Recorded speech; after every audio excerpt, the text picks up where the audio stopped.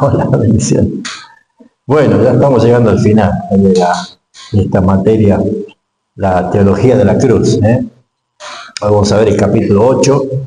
Es uno de los capítulos lindos porque nos hace ver los beneficios permanentes, eternos que tenemos ya en Cristo Jesús, ¿no? Y alguien dijo que las cosas buenas no duran mucho, o duran poco tiempo. ¿Han escuchado eso? Bueno, serán porque no han encontrado a Cristo, ¿no? Pero las cosas que del Señor provienen son eternas. Y nosotros debemos adaptarnos a esa verdad, a esa realidad. Así que bueno, vamos a tomar esta clase para despertar gratitud al Señor, para descomprimir tensiones de las cosas que me falta, que no tengo, ver con la cosmovisión de la palabra, que nos enseña a ver las cosas como son, ¿no? Así que vamos a ir primero a Efesios capítulo 1, donde podemos dar como base que todo lo que tenemos, absolutamente todo lo que tenemos y todo lo que necesitamos está en Jesucristo. Todo, absolutamente todo, ¿no? Y Pablo dice, Pablo, apóstol de Jesucristo por voluntad de Dios, a los santos y fieles en Cristo Jesús que están en Éfeso, gracia y paz a vosotros, de Dios, nuestro Padre, y del Señor Jesucristo, y dice, bendito sea el Dios y Padre de nuestro Señor Jesucristo, que nos bendijo. Fíjense en el tiempo verbal aplicado a la palabra, nos bendijo, tiempo pasado, tiempo verbal pasado, ya lo hizo, ya está hecho, nos bendijo. Y dice, con toda bendición espiritual en los lugares celestiales en Cristo Jesús. Esto es maravilloso, pero es complicado para nuestra naturaleza caída entenderlo y vivirlo. Probablemente lo entendemos porque no carecemos de entendimiento, pero ese entendimiento, aún en nosotros, todavía es natural, todavía es caído, todavía es atrofiado, y a veces todavía nos sentimos incompletos, que nos faltan cosas, que debemos tener algo para sentirnos mejor. Y justamente por no entender ese principio, muchos de los mensajes que se dan desde los púlpitos de las iglesias ya salen distorsionados, porque se enseña mal de que tienen que hacer cosas para lograr tener cosas, y eso suena tal vez lógico para el entendimiento de la mente humana, pero no es bíblico, ¿sí? Lo que nosotros tenemos que hacer es conocer para permanecer y para vivir esa realidad que conocemos, ¿no? Entonces, con respecto a la teología de la cruz, ya venimos hablando en todos estos capítulos distintas cosas que la Biblia revela, ¿no? Cómo el Señor ha hecho algo maravilloso, en la cual muchos lo resumen solamente en la fiesta de Semana Santa de un calendario, ¿no? Pero hemos visto ya la perspectiva del Padre, la cruz, la de la perspectiva del Hijo, hemos visto lo que es la consumación de todo, hemos visto esas realidades que son para nosotros de la cancelación de la culpabilidad del acta, ¿no? Y hoy entender esto, que la cruz no fue solamente un accesorio aislado de la historia, sino que realmente sus efectos no terminaron cuando Jesús murió, resucitó, o cuando Él dijo en la cruz consumado es, ahí terminó todo. No, realmente es una obra perfecta y es una obra eterna, ¿sí? Y la naturaleza nosotros caída, que percibe y entiende por definición lo que es una eternidad, nos cuesta entender lo que es una eternidad, ¿sí? Piense por un momento qué es ser eterno. Y es como que no nos imaginamos, ¿no? Si a veces decimos, uy, yo no quiero llegar a ser tan viejo, dicen algunos. O cuando hablamos de ir al cielo, estar eternamente en el cielo, decimos, bueno, pero no será aburrido estar eternamente. La eternidad para nosotros es un conflicto, ¿no? Y no lo podemos discernir si no es espiritualmente. Entonces, si yo la eternidad la concibo en el plano del tiempo, me estoy perdiendo lo mejor. Porque la eternidad no se trata de tiempo, sino de Cristo. Él es el eterno, Él es el que nos lleva a nosotros a disfrutar de esa eternidad, ¿no? Entonces la obra de Cristo continúa produciendo muchos beneficios eternos que nunca van a dejar de ser, que no van a caducar, que no se van a vencer, que no van a terminar. Y eso no es para todos los seres humanos del planeta Tierra, sino es para todos los que están unidos a él. Eso es lo que hemos visto ya en cuanto a la doctrina de nuestra unión con Cristo. Cuando hablamos que en él hemos sido crucificados, en él hemos muerto, en él hemos sido sepultados, en él resucitados. Así que estos beneficios eternos no son para todas las personas, sino para los que están unidos a Cristo. ¿Cómo llegamos a esa unión? Es por medio de la regeneración. Entonces muchos creyentes comprenden que Cristo murió para perdonar nuestros pecados y decimos amén, cantamos, celebramos esa verdad, pero no siempre alcanzan a comprender la inmensidad de las bendiciones y beneficios que incluyen o que fluyen prácticamente desde la victoria de la cruz, esa teología misma, ¿no?, que hay allí. Entonces lo que nosotros vemos es que la salvación es mucho más que escapar de la condenación, que es mucho más que recibir una nueva oportunidad de vida, cuando dice hemos nacido otra vez, ¿no? Y es mucho más que una experiencia religiosa o mística que algunos la quieren asociar. La cruz obtuvo para nosotros algo que nosotros imposible, jamás podríamos lograr, nunca lo podríamos llegar a obtener. Es una salvación completa en nuestra posición delante de Dios y nuestra vida presente en esta tierra, en este mundo, y también nuestro destino eterno. O sea, afecta nuestro pasado, nuestro presente y nuestro futuro. O sea, desde el plano de ese detalle, Dios es un Dios detallista. No dejó nada librado al azar y lo hace en perfección. Por eso que nosotros podemos afirmar, y en esta clase quiero desprender eso, que nosotros podemos decir que todo lo que poseemos espiritualmente proviene de Cristo. Todo proviene de Cristo. Y todo fue comprado con su sangre. O sea, hay derecho, no solamente por ser el creador, sino porque era el redentor. Lo que él creó se había perdido y ahora lo compró. Yo me acuerdo que era niñito, ¿no? Y nos daban en la escuelita dominical la ilustración del barquito perdido. Y capaz que alguno la escuchara. Pero un papá le había hecho el barquito a su hijito y él salió a jugar con el barquito en una lagunita que había, y el viento le llevó el barquito y él lo perdió, no lo volvió a ver y volvió triste. Y entonces cuando el padre lo ve al barquito, después de un par de semanas lo ve al barquito en una vidriera, estaba en venta, y el barquito que él le había hecho. Entonces dice, ese barquito es mío, yo lo hice para mi hijo. Usted dirá lo que sea, pero está en venta. Si usted lo quiere, pague. ¿Y qué hizo el dueño del barquito? Lo compró y se lo dio a su hijo, ¿no?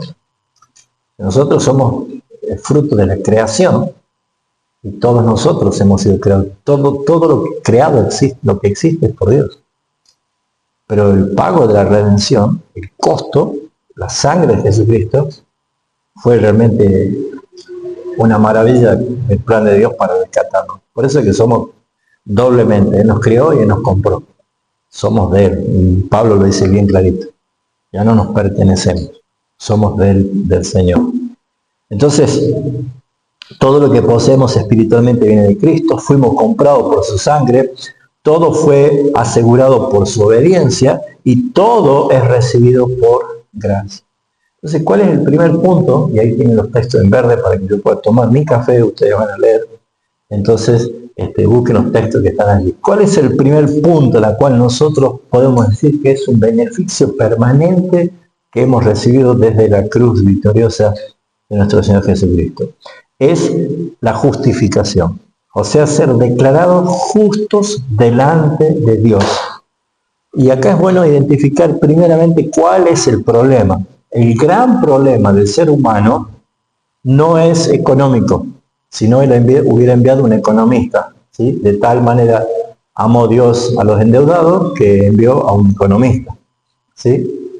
Él no envió a un médico, de tal manera amó Dios a los enfermos que envió a un médico para que todo el que cree en él se sane de sus enfermedades. Ni tampoco envió un psicólogo, para atender nuestra locura. El problema es judicial. El problema es judicial. Y era un grave problema judicial, puesto que todos los que nosotros hemos inaugurado naciendo en este mundo ya hemos nacido condenados. Hemos nacido culpables, pecadores y condenados. Entonces, ¿cómo hacemos para ser salvos? Y esa es justamente la obra de la providencia del Señor. Así que veamos esos textos para que vamos aplicando. Romanos 3:23 nos da a nosotros a entender por qué la justificación es un gran beneficio eterno. ¿Cómo éramos nosotros? Romanos 3:23. Romanos 3:23. Por cuanto todos pecaron y están destituidos de la gloria de Dios.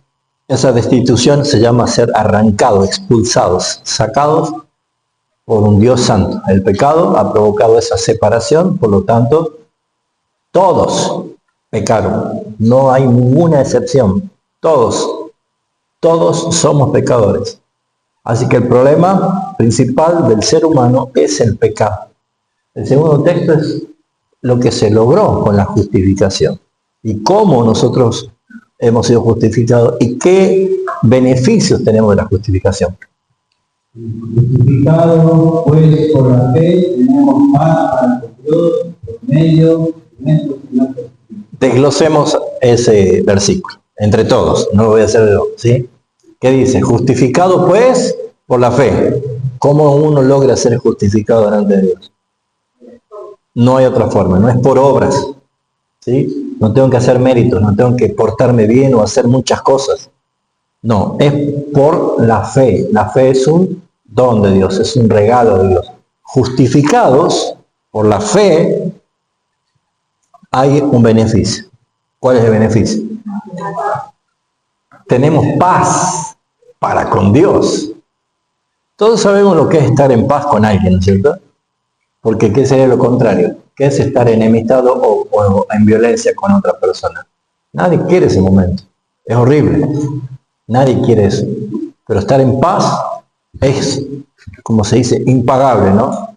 Tener tranquilidad, no andar peleando. Bueno, imagínense con Dios. Porque la Biblia dice que Dios es nuestro enemigo y nosotros éramos enemigos de Dios. Entonces, siendo justificado por la fe, el beneficio eterno es que a partir de esa cruz ya tenemos paz, una genuina paz con Dios. Y después dice cuál es el medio, cuál es la forma, cómo logramos nosotros llegar a esto. Por medio de nuestro Señor Jesucristo. El medio es Jesucristo, Él es el mediador de un nuevo pacto. Entonces, toda persona comparece delante del tribunal divino como culpable porque la naturaleza nuestra caída es culpable. Pero en ese momento, la justificación y la obra lograda por Jesucristo es la que es puesta en evidencia. Porque ser justificado no significa que nosotros logramos justicia. ¿Sí? Nosotros no logramos justicia. Nosotros hemos recibido un regalo, la justicia de otro. Y es donde allí vemos nosotros que hemos leído Romanos 5:1. La justicia que Cristo logró es la que se nos imputó a nosotros para que tengamos paz para con Dios. Esto vendría a ser como el ABC para evangelizar y para decirle al pecador lo que tiene que saber. El problema es judicial, es el pecado. Pero la respuesta es que la justificación es un acto legal mediante la cual Dios declara justo al pecador que pone su fe y su confianza en la obra de Jesucristo en la cruz del Calvario. ¿Se entiende? Por eso dice que tenemos paz para con Dios por medio de nuestro Señor Jesucristo. Así que la justificación no significa que Dios ignora el pecado, porque no lo ignoró el pecado. Dios castigó a un pecador. Nada más que no nos castigó a nosotros. Castigó a quien tomó nuestros pecados, nuestra culpabilidad. Entonces su justicia, la justicia que logró Jesucristo es perfecta. Esa justicia es satisfactoria, satisfizo la demanda de la justicia del Padre. esa justicia fue propiciatoria porque ya no hay más demanda. Por eso es que nosotros podemos entender que la justicia perfecta de Jesucristo se acreditó a nuestra cuenta. Por eso es que la justificación ocurre una sola vez y para siempre. Por eso es que Dios revoca totalmente su veredicto. ¿Se acuerdan que hemos leído que anula el acta, que nos era contraria? Y no existe ninguna condenación futura para ninguno de nosotros que hemos creído en el Señor, porque Cristo obró. Por eso dice Romanos 8:1, ¿qué dice? Justificado por la fe. No, Romanos 8:1, pues. Dice, ¿Verdad? Bueno, por consiguiente, no hay ahora condenación para los que están en Cristo Jesús, los que no andan conforme a la carne, sino conforme al Espíritu. Esto es precioso. Ninguna condenación hay a partir de ahora para los que están en Cristo Jesús.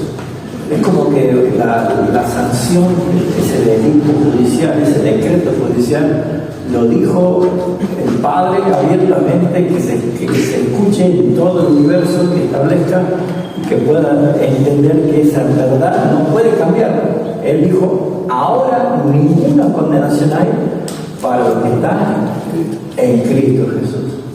Es tan importante porque la cruz aseguró permanentemente nuestra aceptación a Dios. Ya no hay condenación. Nos pueden condenar acá en este mundo por causa de Cristo. Podemos terminar en la cárcel, podemos terminar fusilados, no sé, porque eso Jesús lo dijo. Lo van a condenar, lo van a matar, eso dijo Jesús. Pero ¿qué dijo? No le tengan miedo a que mate el cuerpo. No pasa nada, no es un problema. Más bien aquel que puede enviar al infierno para siempre sus años. Entonces, este punto de la justificación es un beneficio tremendo, mis hermanos, al cual nosotros podemos decir gracias, Señor. Gracias. El segundo es la adopción como hijos, porque no solamente fuimos perdonados, no solamente se arregló y se solucionó nuestro problema judicial, la salvación no termina con la justificación. Dios solamente hubiera podido perdonar y quedamos listos, pero no quedó allí. Eso sería una gracia inmensa, ya no sé, a mí, con que Dios me diga, ya sos perdonado, andá tranquilo, sigue tu vida, tranquilo, ya no hay ningún pecado para perdonar, ya se perdonó. Sería fabuloso, pero no quedó ahí. Dios hace habitar en familias los desamparados. Y lo que nosotros vemos es que esto fue mucho más allá. Él nos recibe en su familia. Él nos adopta como parte de su familia. Y nos adopta no como sirvientes, esclavos, como la nodriza o el jardinero. Nos adopta como hijos. Como hijos. Y esto es un privilegio, llamar a Dios Padre. Llamar a Dios Padre es un tremendo privilegio. Algunos tal vez tienen yo todavía no llevo ese plano, pero decirle papá o papito, no sé, yo prefiero quedarme con mi padre, ¿no? Sí.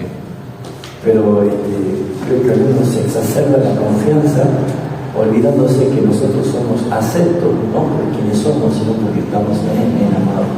El Espíritu del Hijo, el que dice ama. Papito es el que dice Cristo, no yo. Y a veces confundimos, ¿no? Pero yo estoy en Él, yo estoy unido a Él, ligado a Él. Por eso es un privilegio llamar al Dios creador del cielo y de la tierra, al Dios supremo, al todopoderoso, Padre, Padre. Gálatas 4, capítulo 4 y 5, es un texto muy lindo, al cual dice, pero cuando vino el cumplimiento del tiempo, o sea, no fue un accidente, no fue una improvisación, sino que había un plan eterno. Cuando vino el cumplimiento del tiempo, Dios envió a su Hijo, nacido de mujer y nacido bajo la ley, para que redimiese a los que estaban bajo la ley, a fin de que recibiésemos la adopción de hijos. Y por cuanto sois hijos, Dios envió a vuestros corazones el espíritu de su Hijo, el cual, o sea, su Hijo, clama, Abba, Padre. Así que ya no eres esclavo, sino hijo, y si hijo, también heredero de Dios por medio de Cristo. ¿Qué belleza esto? Esto es extraordinario. El que no tiene la fe, esto es. La palabra locura en realidad es tontería en la traducción correcta. Es tontería. Pero esto es maravilloso porque la adopción nos concede a nosotros privilegios extraordinarios, derechos. De ser hijos de Dios tiene derechos legales. Acceso al Padre. Acceso al Padre. Y un Padre amoroso. No es un Padre distante, frío, tirano. A veces nuestra perspectiva de lo terrenal y lo celestial, para los que no han tenido tal vez una buena experiencia con su Padre terrenal, les cuesta entender lo que es la relación paterna de nuestro Padre celestial. Pero el acceso es un Padre amoroso. Jesús dijo, ustedes siendo padres malos, dan cosas buenas a sus hijos. ¿Cuánto más el Padre que está en el cielo? Nos eleva el plano, no se mira la realidad. Así que tenemos acceso al Padre y por ende tenemos acceso al amor paternal, porque el que nos amó fue el Padre, de tal manera amorosa. No digo que Jesús no nos ama, claro que nos ama, por supuesto, pero el amor que se expresa es el amor del Padre. ¿Se acuerda del pródigo? El hijo pródigo. El Padre tenía que corazón partido entre el hijo mayor y el hijo menor. Era el Padre. Y por ende, como el Padre me recibe, como el Padre me ama, el Padre disciplina. Así dice la Biblia. Porque el Padre dice, quien ama, azota. Yo no sé por qué tenemos miedo a eso, si esa es la mejor parte de la expresión del amor, porque no azota por maldad, no azota por tiranía, por violencia, sino porque nos ama. Es la forma en la cual nosotros somos disciplinados. Cuando el padre azota o disciplina a su hijo, a veces la palabra azote suena violento para esta época, ¿no? Pero entendamos la corrección, ¿sí? La disciplina. ¿Cuándo? Bueno, nosotros tenemos, los que hemos sido papás, hemos tenido hijos y hemos entendido que hay momentos de disciplinar, ¿no? Pero pasó ya no le pego. Ya no le doy chachá, nada de eso, ¿no? Ya, por ahí se lo merece, ¿no? Pero no. Pero no. Pero cuando ya es mayor o maduro, ya no necesita corrección. ¿Por qué? Porque cuando ya entra en el plano del mayor de edad, ya entra en un plano de ¿qué? De administrador, de algo que se llama herencia. Herencia. Muchas veces dije esto, ¿no? Si acá Enzo tiene una camioneta 4x4 y es dueño de la camioneta 4x4 y le puede dar a su hija, porque es dueña también por herencia, pero si le da la llave a un libro, sería un desastre, porque ella es menor. Pero cuando ella crezca y sea mayor de edad y tenga todas las cosas legales, es tuyo, porque todo lo que es tuyo. Ese es el derecho legal que tenemos.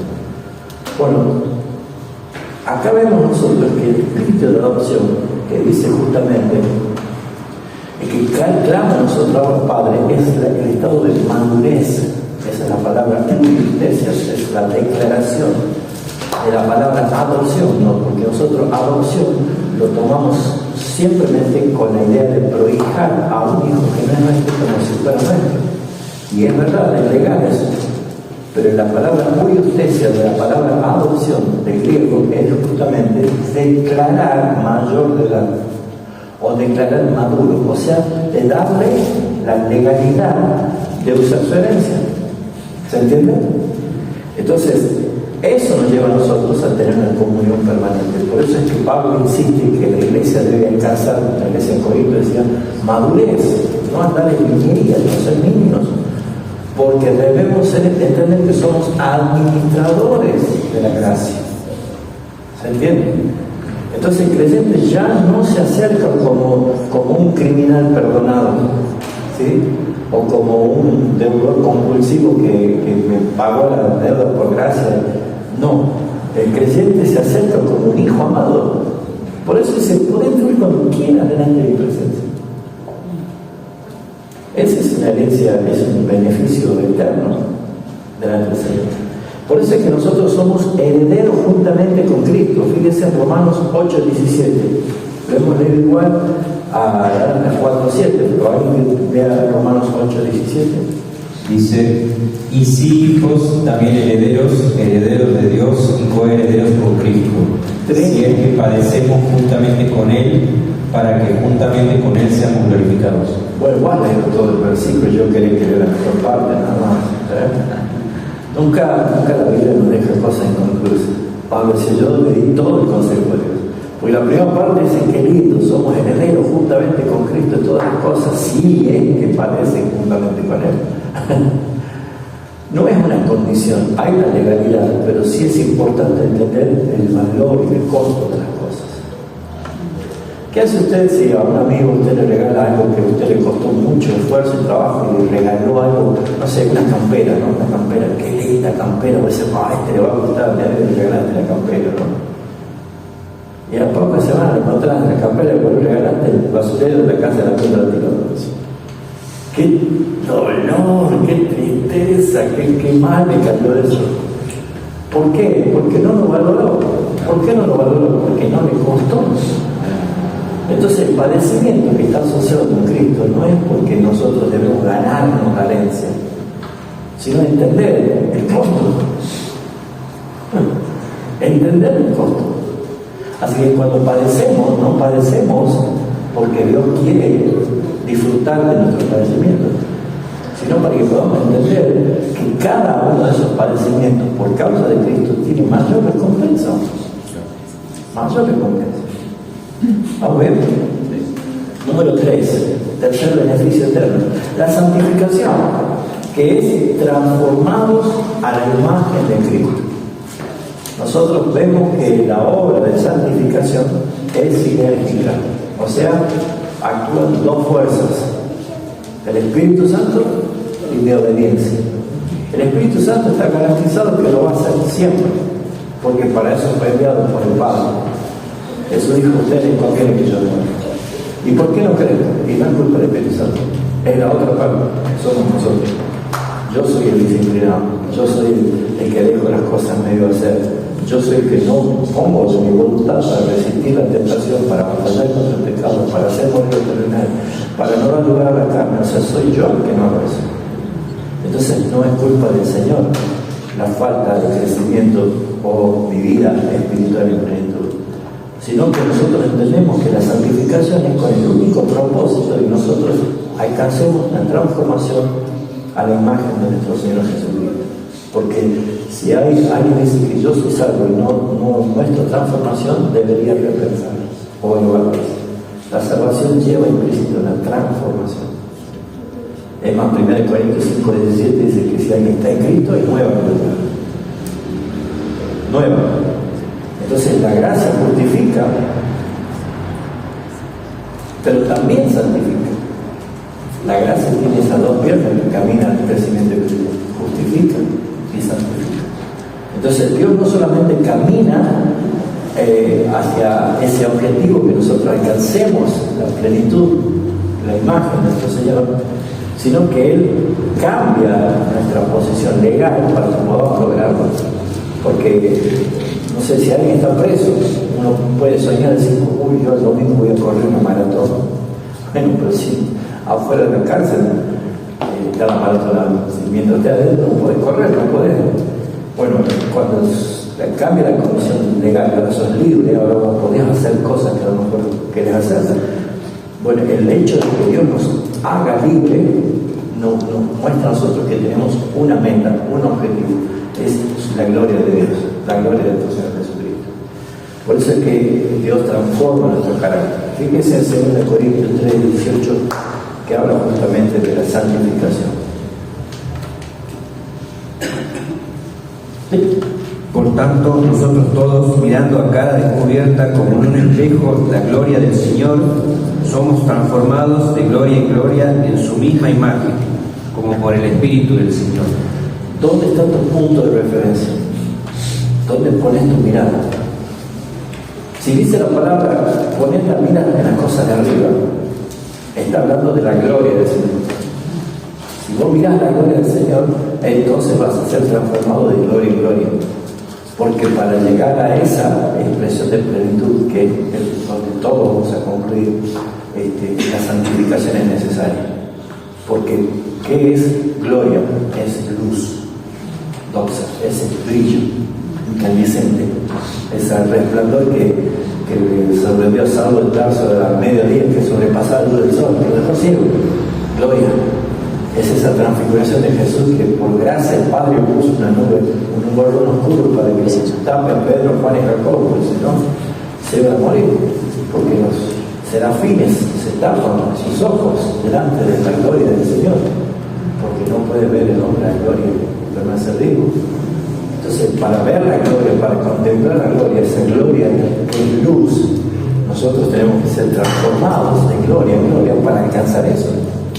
Así que la santificación lo que hace es resuelve por la justificación nuestro problema judicial, nos lleva adelante a esta posición legal para que empecemos nosotros a mirar a Cristo, mirar su gloria, y entonces eso nos provoca a nosotros la necesidad de ser santos, de santificarnos cada día más, de hacer morir lo que reina a nosotros. ¿Entienden? Entonces, la santificación es la obra continua que el Espíritu Santo hace en la vida del creyente. No se toma feriados, no toma vacaciones, no descansa los domingos. El Espíritu Santo, aún mientras duerme, sigue trabajando. Por eso es que la idea de la santificación es creciendo en semejanza de Cristo. Y la meta de la santificación justamente es conformarnos a la imagen de nuestro Señor.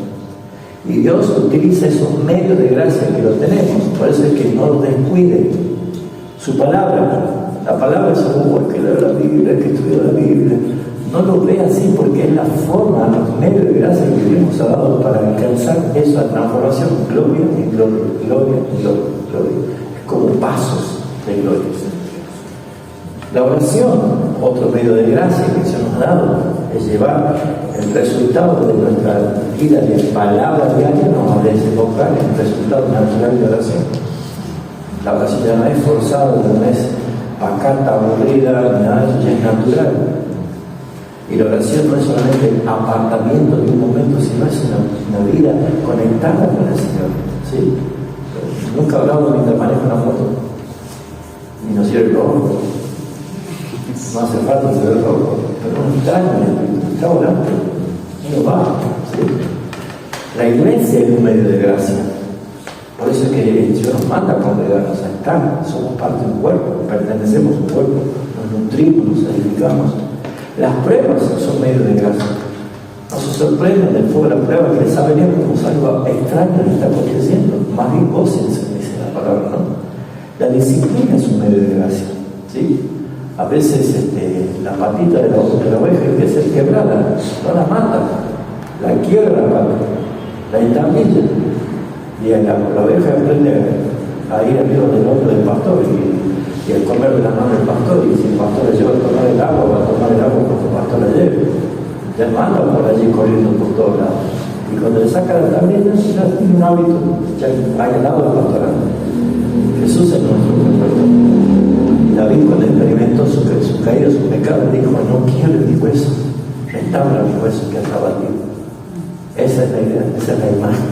El Señor me has quebrado en disciplina, mis hermanos. Disciplina. Hay días que tenemos momentos duros en la vida, no quisiéramos vivir esos días. Entonces, no agarremos, nos pongamos una soga en el cuello, bueno, Señor, hasta acá llegó mi vida. No pare. En el día del bien, cosa del bien, en el día de la adversidad, considera. No decir que te deprima, que te tire por la ventana, no. Considera, es evaluar, medita. Así que todo constituye para nuestro crecimiento espiritual. ¿Por qué? Porque lo que se hace es una obra segura, garantizada, es eterna, y claramente la Biblia, Pablo dice en Filipenses 1:6 que el que comenzó en vosotros la buena obra, la perfeccionará. Por eso dice, estoy persuadido, convencido de que el que comenzó la buena obra. Y gracias al Señor que nosotros no hemos comenzado. Pues si fuera por nosotros, no comenzamos ni continuamos. Es el Señor. Así que aunque es un proceso que muchas veces puede ser lento, puede ser tal vez doloroso, dificultoso, hay una seguridad que vamos a terminar perfecto. Perfecto. Día a día. No sé cómo será, pero Dios lo dice en su palabra. Que cuando venga el Señor, todos seremos transformados en gloria. Así que la cruz garantiza no solamente nuestro perdón, sino también nuestra transformación. Usted mismo, cuando se ve cada mañana en el espejo, tiene que decir, hoy no tengo que ser igual que ayer. Hoy tiene que haber un cambio. Hoy debo cambiar, tengo que hacer algo mejor. Número 4, ¿vamos bien? ¿Está Daniel todavía? No. Está otra vez. Bueno. La perseverancia. La perseverancia es un fruto de bendición eterna. ¿Por qué? Porque es guardados por el poder de Dios.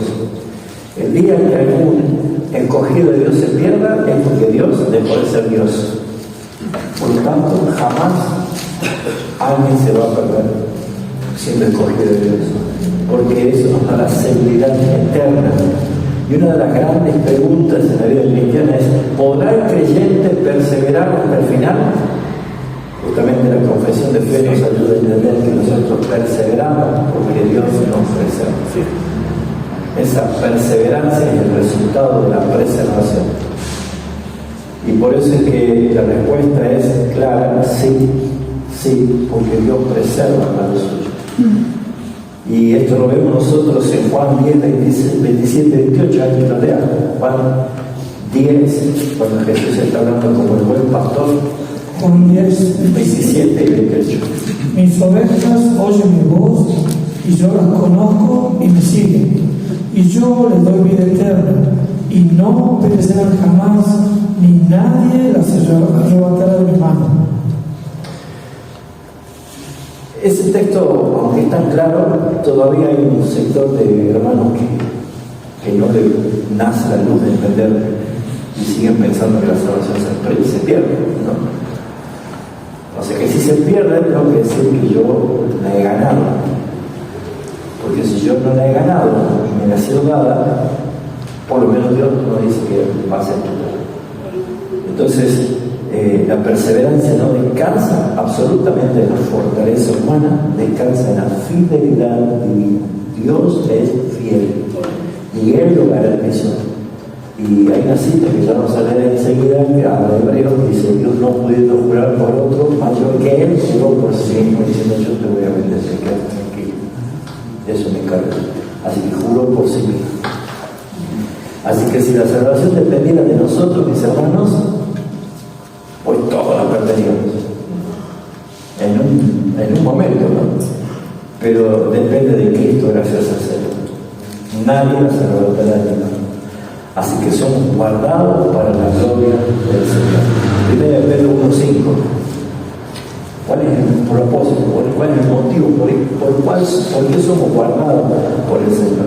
Que sois guardados por el poder de Dios mediante la fe para alcanzar la salvación que está preparada para ser manifestada en el tiempo postrero. No dice que son guardados por el sueño de Dios. No dice que son guardados por la intención de Dios. No dice que son guardados por el afecto de Dios. Dice por el poder. Ese es el poder que levantó a Jesucristo de los muertos. Ese es el poder que Pablo dice: yo no me avergüenzo, porque es poder de Dios para conversión, para salvación.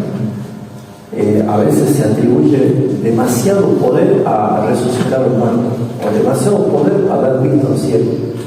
Y muchos miran eso como el poder más grande, y esos son señales. El poder de Dios se manifiesta en la transformación de un pecador condenado a alguien hecho hijo de Dios, perdonado y justificado para siempre. Ese cambio solamente lo hace Dios, el quitar un corazón de piedra de un corazón humano. Y ese poder justamente es el que nos guarda a nosotros. Por eso es que nosotros podemos estar seguros, porque somos guardados para la gloria de Dios. Ese es el objetivo. Entonces, la misma gracia que nos salva es la misma gracia que nos sostiene cada día. Y la cruz garantiza a nosotros que ninguno de los redimidos va a perderse finalmente. Ninguno de los redimidos. Número 5, la glorificación, que es justamente la consumación de esta cadena de oro, de esta salvación que nosotros hemos recibido.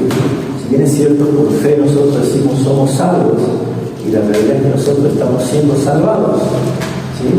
Porque esa expresión que dice en Romanos capítulo 8, dice el versículo 28, y sabemos que los que aman a Dios, todas las cosas les ayudan a bien. Esto es, a los que conforme a su propósito son llamados. Son llamados porque hay un propósito. No son llamados para que Dios diga, bueno, ahora vamos a ver qué hacemos con ustedes, ya los llamé y voy a ver de qué se trata esto, de qué hago con ustedes. No, Dios primero planifica. Acuérdense que Dios dice en Isaías 46, 9 y 10, dice, a ver, ¿qué Dios hay? No hay otro Dios, nadie es igual a mí, porque yo primero termino, después empiezo. Él dice, anuncio el final desde el principio, quiere decir yo primero termino, después empiezo. Nadie más que Dios hace eso. Todos nosotros comenzamos algo para terminar, ¿sí o no? Para llegar acá, hemos salido de un punto hasta llegar acá. Si vamos a preparar una comida, empezamos desde el primer ingrediente hasta comerla. El que va a escribir un libro empieza empezando por la primera letra hasta terminar. O sea, todos los seres creados comienzan para terminar. Dice Dios, yo soy único. Yo primero termino y luego empiezo. Porque dice, mi consejo y mi decreto permanecerá y haré lo que quiero. Soberano Dios.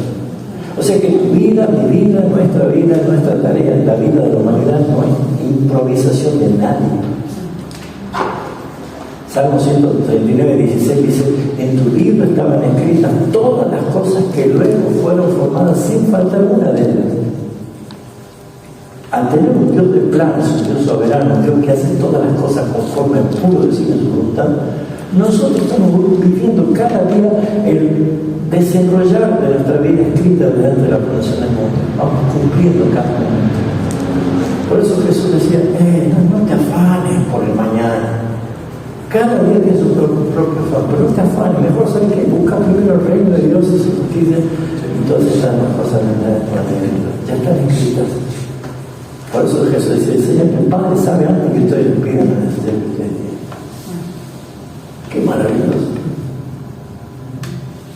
Así que, al entender esto, dice el versículo 29, porque a los que antes conoció, también nos predestinó para que fuesen hechos conforme a la imagen de su Hijo, para que Él sea el primogénito de entre muchos hermanos.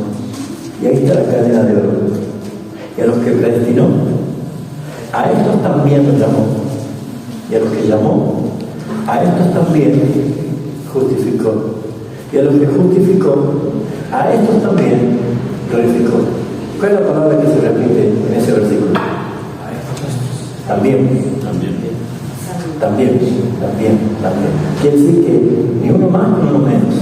A estos. O sea que si lo leemos para atrás, ¿a quién glorificó? A los que justificó. ¿A quién justificó?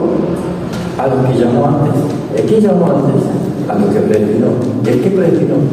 A los que Él conoció amándonos antes de la fundación del mundo. Es un plan perfecto. Y como ese plan, Dios nos ve en gloria. Nosotros estamos desarrollando este plan para alcanzar esto. Por eso es que la etapa final de la redención es la glorificación. Es el último acto de la obra salvadora. Y por lo que yo entiendo, estamos esperando el carácter de la glorificación. ¿Sí o no? Es lo último que está faltando. Así que si nosotros somos destinados a esta gloria, dice justamente que aunque no experimentemos la realidad de la glorificación plenamente, Dios considera tan segura esta realidad y esta verdad que habla como ya un hecho consumado. ¿Cómo dice? Que a los que glorifican, a esto también lo glorificó. Hey, pero estaba ansioso el Señor. ¿Cómo si todavía estoy acá, estoy renegando con este hombre muerto? Es tan segura, es tan garantizada, que Dios habla como algo ya consumado. Así que nosotros podemos entender que somos libres de toda corrupción, porque la glorificación significa eso. La glorificación desaparece para siempre el pecado, para siempre. Desaparece el sufrimiento, no habrá más llanto, no habrá más dolor. Desaparece toda enfermedad, gloria a Dios. Toda tentación desaparece, toda muerte, no habrá más muerte. Así que la obra de Cristo alcanzará entonces la consumación visible cuando todos seamos transformados a la gloria de Cristo. Yo no voy a tener gloria, usted no va a tener gloria, todos nosotros seremos partícipes de la gloria de Cristo, el resplandor de su gloria, en su semejanza. Por eso es que 1 Juan 3:2, ¿alguien quiere leer? Amados, ahora somos hijos de Dios y aún no se ha manifestado lo que hemos de ser, pero sabemos que cuando Él se manifieste, seremos semejantes a Él porque le veremos tal como Él es. Vamos a leerlo de nuevo, pausado, y vamos a interpretar, ¿sí? Léelo por favor. Amados, ¿Cómo comienza? Con una expresión máxima de amor. Amados, amados. ¿Qué más dice? ahora somos hijos de Dios y aún no se ha manifestado lo que hemos de ser. Fíjense en la tensión que hay en ese texto. Ahora y aún no. ¿Sí? Hay una tensión en ahora y todavía no. Amados, ahora somos hijos de Dios. No esperamos la glorificación para ser hijos de Dios. Ya somos hijos de Dios. Ya tenemos una nueva identidad. Ya, ahora. Pero sabemos, dice, y aún no se ha manifestado lo que hemos de ser. No es ser hijo de Dios, porque ya quedó claro que ya somos hijos de Dios. ¿Ser qué? ¿Ser qué? Exactamente, cuando habla justamente de poder mirar cara a cara, no es posible absolutamente ningún ser mortal si no ha sido transformado en Dios. Nadie podrá ver al Señor y permanecer en pie. Nadie. Por eso dice, aún no se ha manifestado lo que hemos de ser, pero sabemos que cuando Él se manifieste, o sea, cuando venga Jesucristo, seremos semejantes a Él porque le veremos tal como Él es.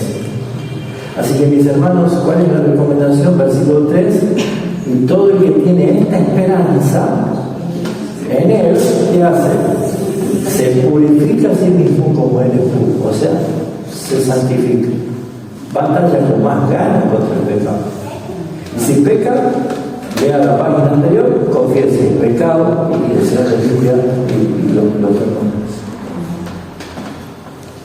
Así que la imagen de Dios que había sido dañada en la caída, ahora es restaurada perfectamente en la persona de su Hijo. Y la santificación comenzó en esta vida a alcanzar la plenitud de esa eternidad. ¿Qué otro punto? Número 6, tenemos la herencia eterna. ¿Sí? Yo siempre digo, ponga cara de heredero, hermano, ¿no? Porque sí, soy heredero. Pero si supiéramos que tenemos una herencia toda para nosotros, pues ya andaríamos con otra cara, ¿no? Pero esta es mejor herencia todavía. Hay herencia en la cual la Biblia ya lo manifiesta. En Apocalipsis 21 habla del cielo nuevo y tierra nueva. Yo creo que eso ya es maravilloso. Ahí no hace falta pavimentar los pozos que están en la cuadra de la casa, los fluidos por acá, y cuantas cosas, ¿no? No tenemos que estar obligando que lo vea de la pared ni nada de eso. todo lo que es corrupción, corrompido por culpa del hombre, dice el Señor que será nuevo. He aquí yo hago nuevas todas las cosas. Y cuando uno se posiciona justamente en Apocalipsis 21, o sea, a mí me da una alegría tremenda leer y decir, Señor, que no ve la boca que diga eso. ¿Sí? Porque usted ha sentido la fragancia de una flor riquísima. Qué rico, ¿no? ¿Ha visto algún amanecer o algún atardecer maravilloso? Un paisaje bonito. ¿Ha probado una sandía riquísima? ¡Wow! Una fruta. No, todo eso está bajo corrupción, no está ni siquiera potencializado lo que debería ser por causa de la corrupción. Porque ya le dijimos varias veces que el cielo no es estar arriba de una nube blanca tocando el arpa para toda la eternidad. La Biblia dice que habrá cielo nuevo y tierra nueva, y nuestra morada será la tierra, no arriba de una nube blanca. En esta tierra el Señor va a restaurar, Romanos 8, la creación gime esperando la transformación a la gloria del Señor de Dios. Así que habrá cielo nuevo, tierra nueva, una gran ciudad, la nueva Jerusalén, y la presencia visible de nuestro Dios, que es nuestro Señor Jesucristo. Y habitaremos y viviremos juntamente con Él. Por eso dice Apocalipsis 3, 21:3, y oí una gran voz del cielo que decía: he aquí el tabernáculo de Dios con los hombres, y Él morará con ellos, y ellos serán su pueblo, y Dios mismo estará con ellos como su Dios. Esto es maravilloso, ¿no? O sea, esa tierra nueva, esa preciosura del lugar, no tendría sentido sin la presencia de Dios. El Edén no era Edén si no fuese que Dios habitaba con nada. Y es su presencia la que hace la diferencia. Es su presencia la que anhelamos. Por eso es que hablamos de comunión perfecta. La cruz abrió ese camino que nos dio a nosotros esa posibilidad. Por eso es que vemos que en la herencia encontramos algunos puntos para tener convicción y creer y tener testimonio. Hebreos capítulo 6, ¿qué dice Dios en cuanto a esto? Hebreos capítulo 6, versículos 16 y 17. Dice: porque los hombres ciertamente juran por uno mayor que ellos, y para ellos el fin de toda controversia es el juramento para confirmación. Por lo cual, queriendo Dios mostrar más abundantemente a los herederos de la promesa la inmutabilidad de su consejo, interpuso juramento, para que por dos cosas inmutables, en las cuales es imposible que Dios mienta, tengamos un fortísimo consuelo, los que hemos acudido para asirnos de la esperanza puesta delante de nosotros. Es una esperanza y una garantía total. Dios, no pudiendo jurar por otro mayor, juró por sí mismo, para que los herederos de la promesa tengan ese consuelo, tengan realmente esa garantía, esa seguridad. Fíjense en el capítulo 10, versículo 34 de Hebreos. Hebreos 10, 34. ¿Puse bien? Porque vos compadecisteis también de mí en mis cadenas, y el despojo de vuestros bienes padecisteis con gozo, sabiendo que tenéis en vosotros una posesión mejor en los cielos y que permanece. Nunca va a dejar de haber herencia de recompensa real por causa de Cristo. Jesús dijo esto: siéntanse bienaventurados. Y a veces no entendemos a dónde llega el plano de esa herencia, pero sí podemos nosotros ver que hay una garantía y una seguridad. Pero también tenemos nosotros 1 Pedro 1:4, que dice el texto.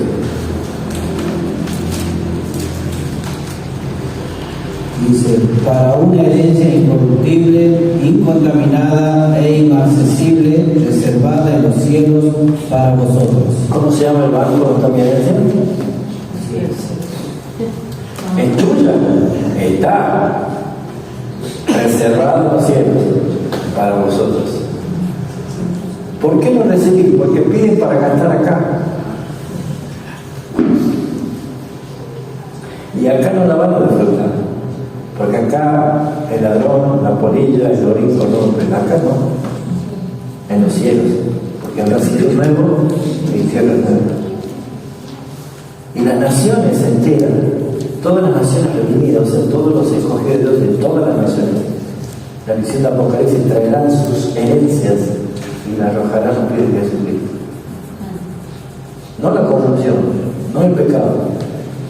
Porque si hablamos qué tiene cada nación de pecado y corrupción, sabemos decir que hay una nación fuerte en la promiscuidad sexual, otro en la pornografía, otro en la droga, otro en consumo de armas, otro en... No, eso no existirá más. Pero ¿cuáles son las herencias de las naciones? Tecnología, ciencia, habilidades, robótica, tremendas cosas. Usted sabe que la sabiduría no la ha dado el hombre sino Dios. Éxodo 35 dice: el Espíritu de Dios le ha dado la sabiduría, ciencia, ingeniería, artesanía, agricultura, todo para la gloria de Dios. Eso no se pierde. Así que si usted cree que lo va a matar en la tierra nueva, vistiendo túnica y de sandalia, comiendo de la costa y grillo, si no vivimos así, ¿se entiende? Y más cosas todavía. Y todo lo que ojo no vio ni oído yo son las que Dios tiene reservado para el hombre, para el Hijo de Dios. Pero todo eso, ¿dónde lo podemos tener? ¿Dónde lo podemos vivir? En Cristo está todo. Amén. En Cristo está todo. Por eso es que la palabra en Cristo, que se repite constantemente en capítulo 1 de Efesios, tenemos toda bendición espiritual en Él, justificados en Cristo, adopción en Cristo, santificados en Cristo, perseverancia en Cristo, glorificación en Cristo.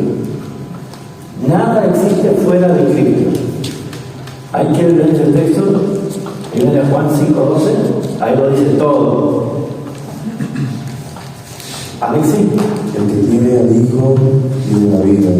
El que no tiene al Hijo de Dios no tiene la vida. ¿Qué es la vida? Todo. Todo lo que necesitamos. Porque Efesios dice que toda bendición espiritual está en Cristo. Toda. Todo lo que necesitamos, el Padre reunió todas las cosas en Cristo. Esta verdad nos debe llevar a nosotros solamente a expresar gratitud y al sentirnos realmente, como dice Pablo en Colosenses, plenos, plenos. Vamos a leer Colosenses capítulo 1:15. Él es la imagen del Dios invisible, el primogénito de toda creación, porque en Él fueron creadas todas las cosas, las que hay en los cielos y las que hay en la tierra, visibles e invisibles, sean tronos, sean dominios, sean principados, sean potestades. Todo fue creado por medio de Él y para Él. Y Él es antes de todas las cosas, y todas las cosas en Él subsisten, y Él es la cabeza del cuerpo, que es la iglesia. Él, que es el principio, el primogénito de los muertos, para que en todo tenga preeminencia, por cuanto agradó al Padre que habite en Él toda plenitud. Todo, pero todo lo que nosotros necesitamos está en Cristo. ¿Y dónde nos puso el Padre? En Él. Por eso no busquen el que vive entre los muertos. No está. No está. No busquen afuera. El mundo solamente ofrece la fotocopia, la vida trucha, la vida falsificada, lo que no es real. Por eso dijo Jesús: no sean engañados, no se dejen engañar. Los placeres, las cosas de este mundo son momentales. Si no leen Eclesiastés, te van a dar cuenta de la sabiduría de Salomón, diciendo todo es vanidad y aflicción de espíritu y sin provecho alguno. Todo lo que se hace bajo el cielo. Teme a Dios, busca al Señor y guarda su mandamiento. Amén. Así que no existe nada fuera de Él.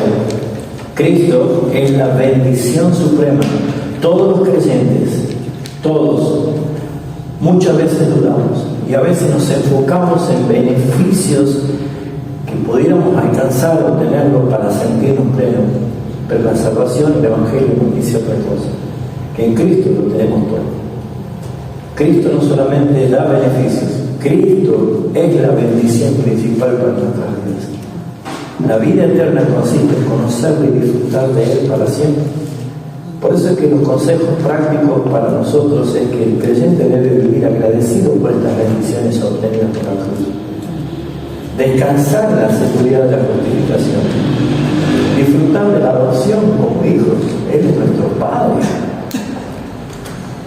Perseverar en la santificación diaria porque Él nos preserva. Nunca nos va a soltar. Y mirar con esperanza hacia la gloria futura. Ya falta poco, ojalá que sea pronto que venga el Señor. La Iglesia debe predicar una salvación completa y no parcial. Debe hablar justamente de lo que la cruz de Cristo representó. Enseñar las riquezas espirituales del Evangelio. El Evangelio no es una religión, es una persona a quien debemos presentar. Exaltar la suficiencia de Cristo.